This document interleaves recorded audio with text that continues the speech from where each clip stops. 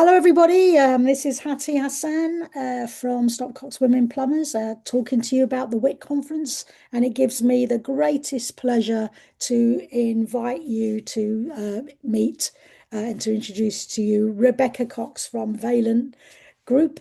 She is the key account manager for the specification department for Vaillant there. And hello, Rebecca, and welcome. Thanks for having me. It's lovely to speak to you. Um, yeah, you too. Can you tell me? I may not have described your job very well, so can you tell us what your job is?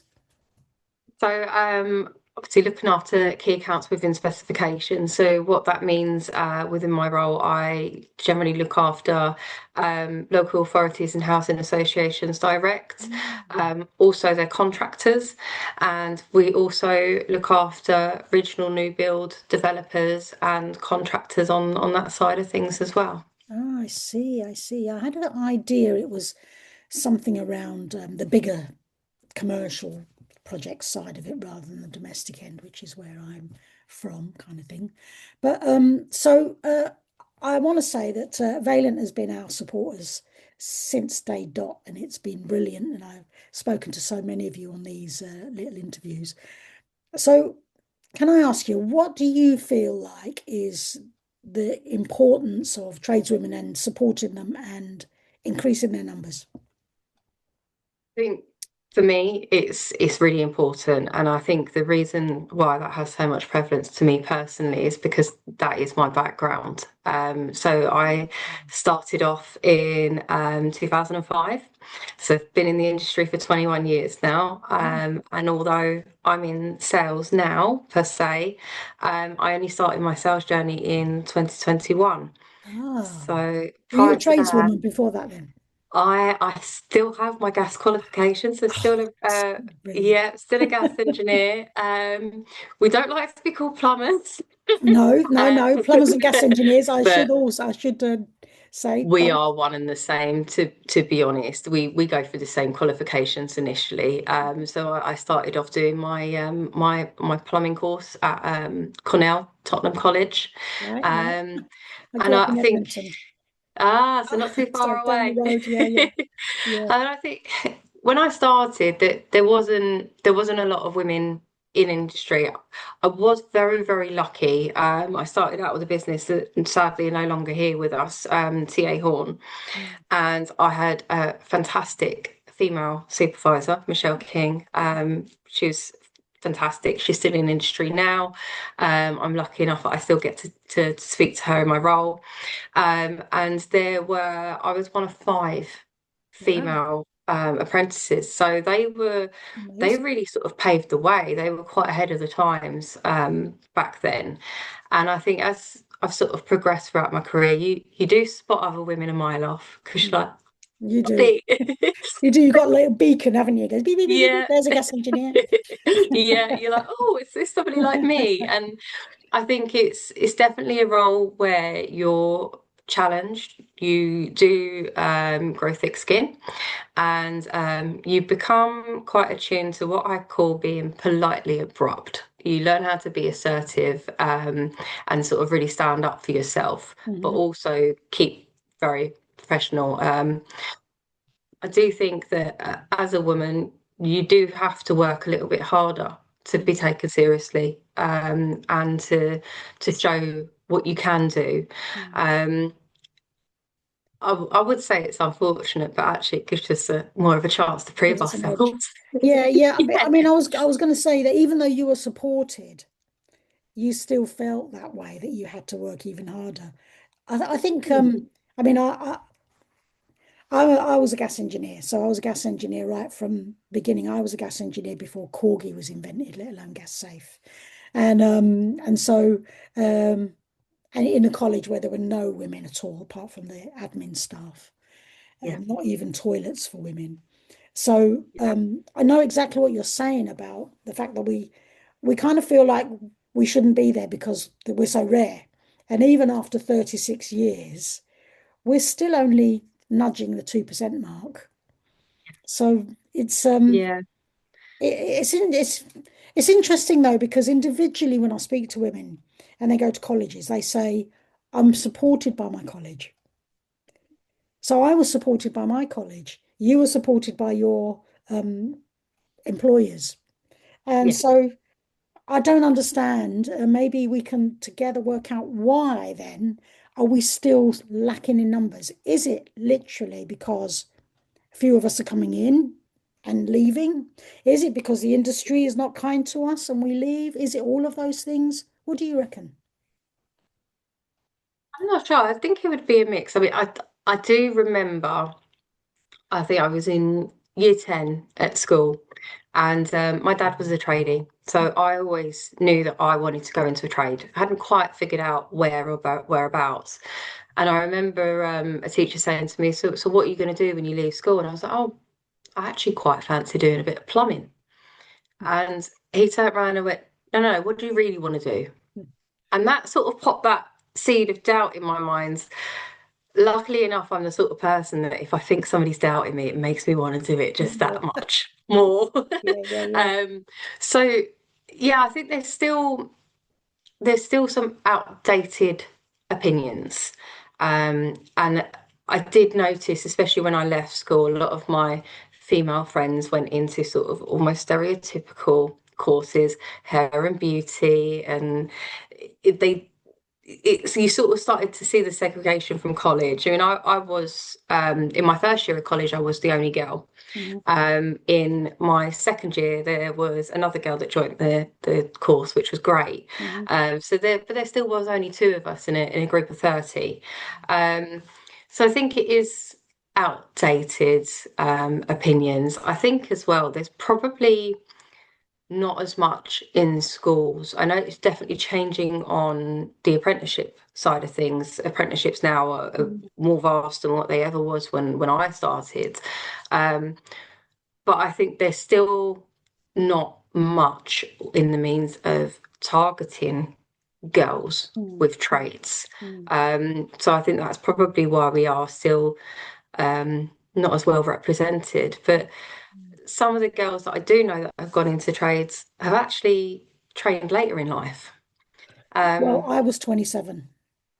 yeah, So I went into the trades a bit later on, and we see as we help women become plumbers and gas engineers, we see them contacting us anything between the ages of 25 and 45.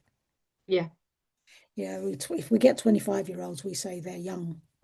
Then yeah, mainly they are in their late 30s, mid 40s even. Somebody, our oldest woman has contacted us who did do some plumbing with us. She was 48, very near 50. Yeah, yeah. And we've got a couple of 50-year-old plumbers and a gas engineer as well who's in her 50s. So yeah, yeah, we do join it later. And that's, I think it's because um, maybe tell me what you think, but in my day, in the 90s, um, you didn't do, you tried to do what everybody else was doing.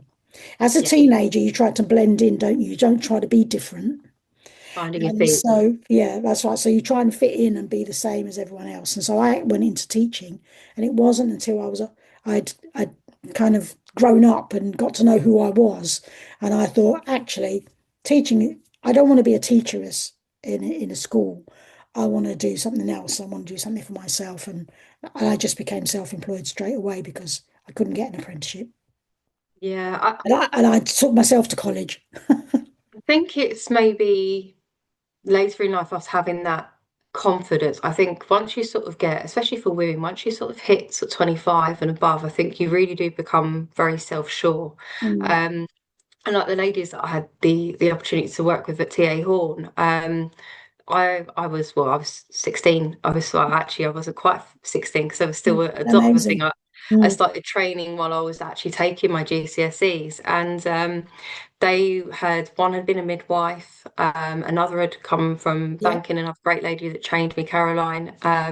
So there's been women that have sort of gone off and done other That's careers and right. then decided, actually, no, this is what I want to do. And I think a lot of jobs that women stereotypically steer into don't actually have a lot of freedom. Mm, And I think when you are out on the tools, it can be lonely sometimes. but you are dealing with people, and I think that's why I've always stayed within this industry. I Mm, know I've made a bit of a pivot, but I love it, mm. and I love the people that I meet. They Yeah, make your day. they do. It's not always amazing. You do see some sad circumstances, unfortunately, but you meet some really great people, and if you take the time to just have a chat with them, you hear some really good Yeah, stories. absolutely. Absolutely. And I think that's where we thrive as well because we spend the time talking to people. Yeah, Much more. And also, not only that, but people spend their time talking to us. I mean, yeah. when I started training, I mean, I was a teacher, so I was talking to people all the time, but I was only teaching little ones, Hmm. which is really, really fulfilling. It wasn't because of them that I left. It was because of the industry. The teaching was just going a bit crazy. But starting to work in people's homes, you actually, and I wasn't thinking about it at all. I just thought, what do I want to do? I went to this over evening class and that evening class, and as soon as I touched copper, in fact, it was lead, I just thought, oh, this is what I want to do. And I just gravitated directly to it. And I moved out of London, moved up to Leeds, went to the Leeds College, and they welcomed me in. And it was, as soon as I started going to people's houses, they started telling me their stories about, their experiences and all this. And I was thinking, well, I'm here to do your plumbing, but I'll listen to you because I loved listening to people talk. I think I did when I started out, predominantly my early career was working in social housing. Mm, So you do get to see the weird and wonderful and you everything do. in between. And I think some of my favourite jobs was quite literally elderly people Mm. because some of them can't get out. You go in, they're always offering you a cup of tea. You get a nice little chat while you're getting on with things. You usually get oh, it's the woman Yeah, at the yeah. front door. Um, but I never had that reaction in a negative sense. There were definitely people that sometimes were a bit wary, Mm. maybe just because it was something that they wasn't used to. You usually finished it with, "Oh, you're a lot more clinical than the men, or you're a lot more meticulous." Yeah, well, And they tell. I wasn't like, thinking about the difference between me and everyone else, but I was told it freely. yeah, I think it is something that you do here, and I think Mm, it's we just have different strengths. And I do think that it is, most people will think of trades and think brute strength, brute force. Actually, it is not more good. technically minded. Yeah, it's how you deal with things. It's how you read people. Yeah, It's how you react to situations that I think we've all had something pop and having to run outside to go and shut the mains off. yeah, But yeah. it's knowing how to deal with things without panicking. And I think actually more women probably should consider trades because actually biologically we're quite attuned to deal with a lot of this. Yes, yes. um, and it isn't all about brute strength. Yes, it comes into it, but equally anybody can be as strong as they want if they Mm. have the right technique. Yeah, yeah, yeah. I couldn't agree with you more. I mean, we've pivoted a bit, but fantastic. I'd like to invite you to come onto our podcast actually to talk about some of this sort of stuff. It'd be really interesting to our tradeswomen who I do a podcast called Tradeswomen Together, Oh, and lovely. yeah, yeah. So I'll see if I can get you as a guest to come on, but yeah. So we talked a lot about why we are so suited to we're su Hmm. we're suited to the industry. We're suited to dealing with people. We're suited to self-employment, Yeah, aren't we? yeah, Because massively. because of the flexibility it affords us and all of that. So, why aren't there more of us then? Just don't know. I just don't know. I think it is targeting people young. I think it is something that most women probably don't consider till later in life Mm, because it's probably not until they see somebody do it and think, actually, I could do that. mm, But I do think there is a lack of awareness for women in trades, particularly those sort of golden years where schools are really ramping up. What do you want to do when you leave? And we're just not there talking to them. mm, So I think, yeah, mm, year 10, year 11. And those are the times. I have this conversation a lot about going into schools and talking to young women and asking them, and giving them the option. But it's actually not the young women who are the ones that need steering, is it? It's more the careers officers. It's more Yes. the infrastructure around getting those. Because sometimes I don't want to persuade women to do it because of it's like a lion's den. It's like you're Hmm. sending, lambs to the slaughter. And, the industry needs to back its ideas up, don't they? And, I know Vaillant do quite a lot of. So, let's talk about Vaillant for a bit then, and let's just see what how you have felt your opportunities within Vaillant and other opportunities for women within Vaillant. Massively. Massively. I don't think I mean I've been in sales now for the last 5 years. Mm, I don't think I've been surrounded by as many women in senior roles as I have at Vaillant. mm. We have some really fantastic women. I know you spoke before about to Alice. Yes, I yes, think you've interviewed her before. yes. We also have a fantastic woman in our product management team, Jo. There's just so many people that I can reach out to. Mm, And I think when I joined Vaillant, I knew Vaillant as a brand.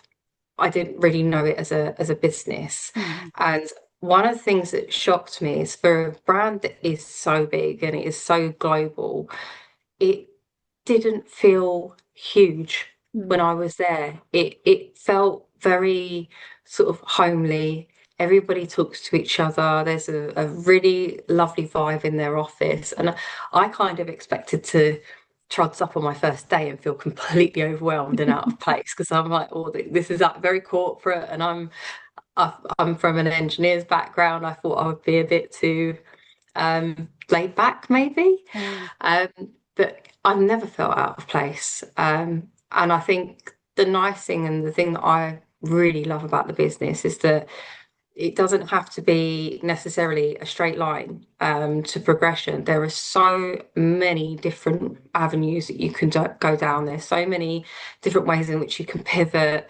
I mean, we've just to name a few, we've got obviously product management, we've got group service, and they're both sort of parts of which I sort of know as an engineer that I could pivot into. yeah, Equally, I could keep on going with sales.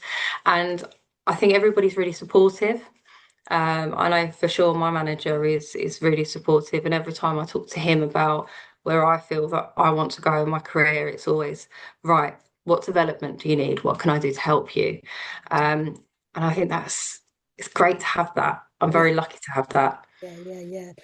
Well, you are because we hear from a lot of tradeswomen who are employed and they're not getting the opportunities they deserve and stuff like that. I'm not saying that's the majority of companies, but it's really refreshing to hear of a company that embraces its women in a way that can build them up, and that's fantastic.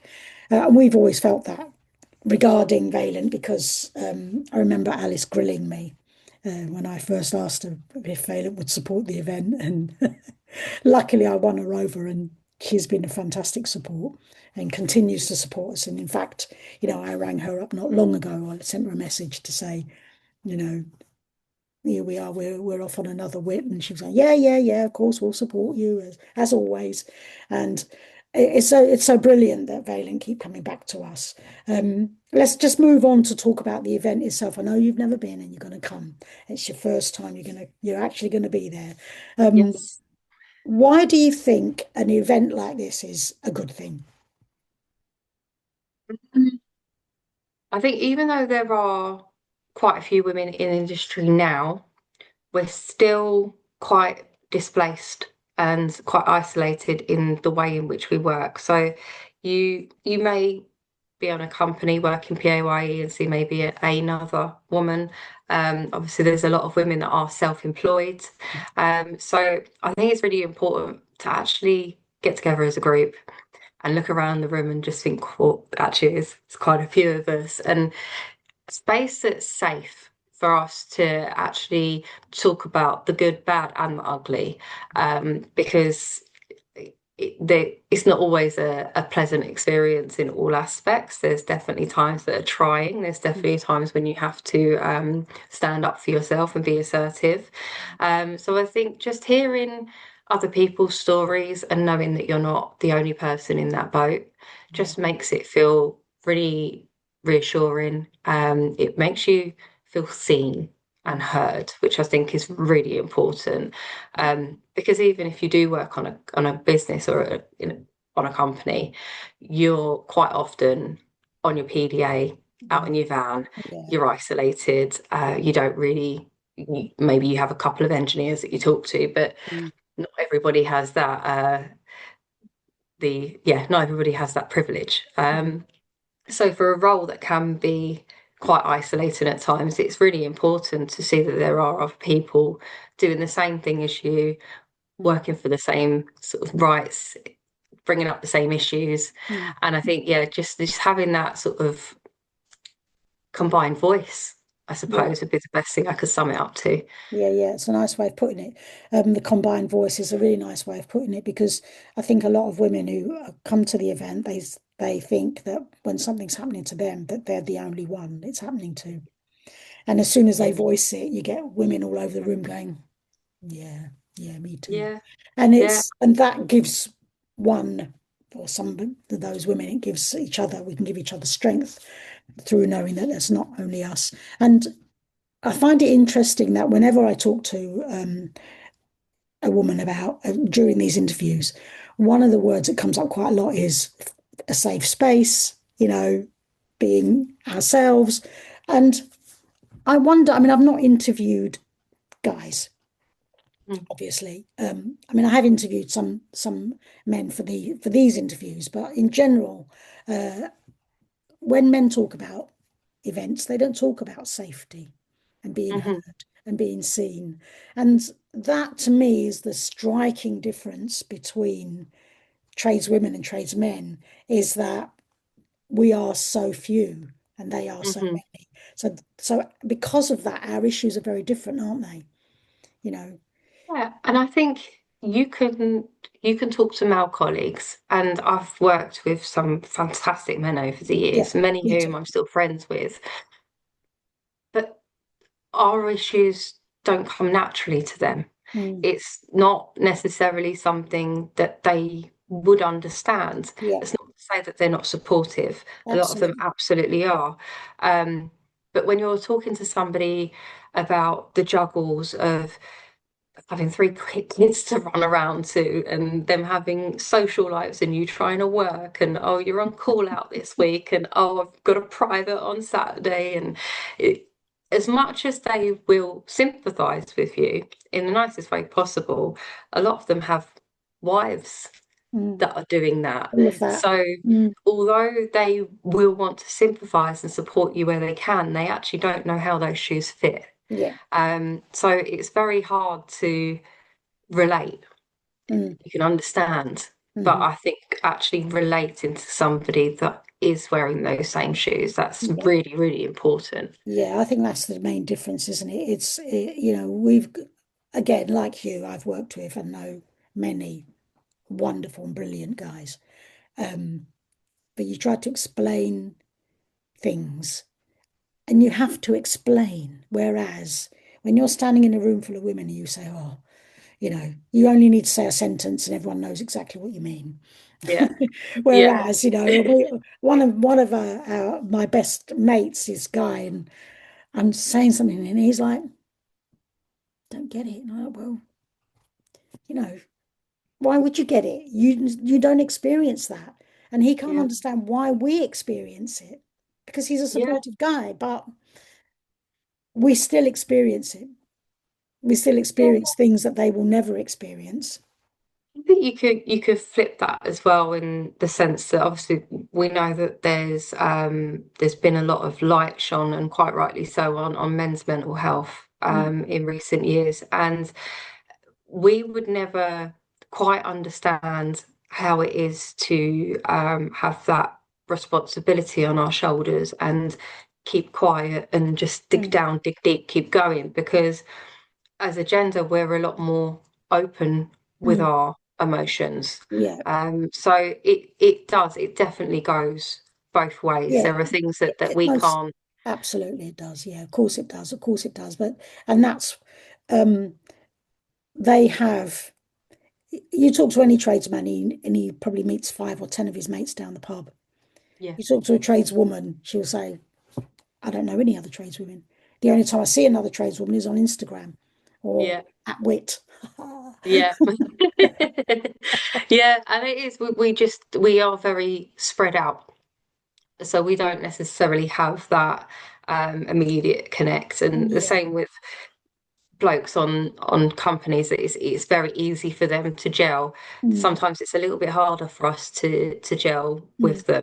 mm, Um, it's just with different interests, mm. different priorities. It's nothing, nobody's fault. Yeah, It's absolutely. I mean, I think we our are discussion is not around who's better or who's worse or whose fault it is. I think it's just the discussion of our differences and why it's important to notice our differences and massively. deal with our differences. I mean, I was talking to someone yesterday and we were talking about uh, not a nice thing, the rise of misogyny, Hmm. in politics and in everywhere at the moment. And um, he had a laugh at the name of our company, Stopcocks, and said, he kind of drew some parallels and I just said, look, I'm not against anybody.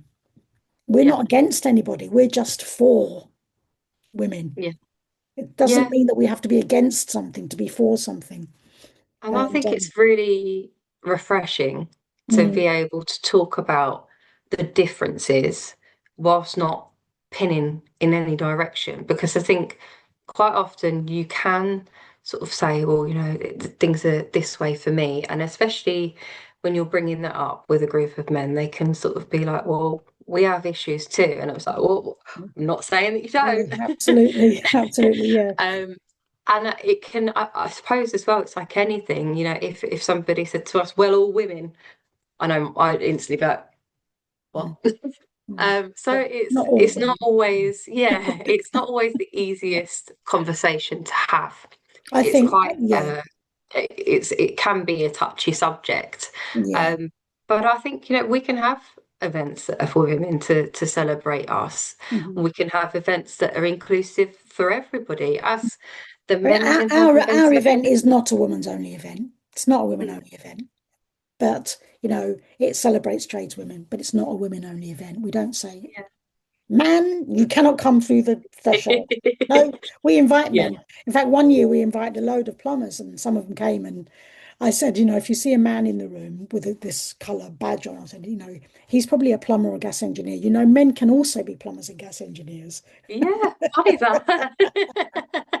But no, I think it is important to say that these things are inclusive. I mean, I was talking to a lady who works for another manufacturer, Mm, and she was telling me about doing sort of women's events, and somebody challenged her and said, "Well, why is it just for women?" She was like, "No, it's inclusive. mm, It's just that women don't often get targeted support." mm.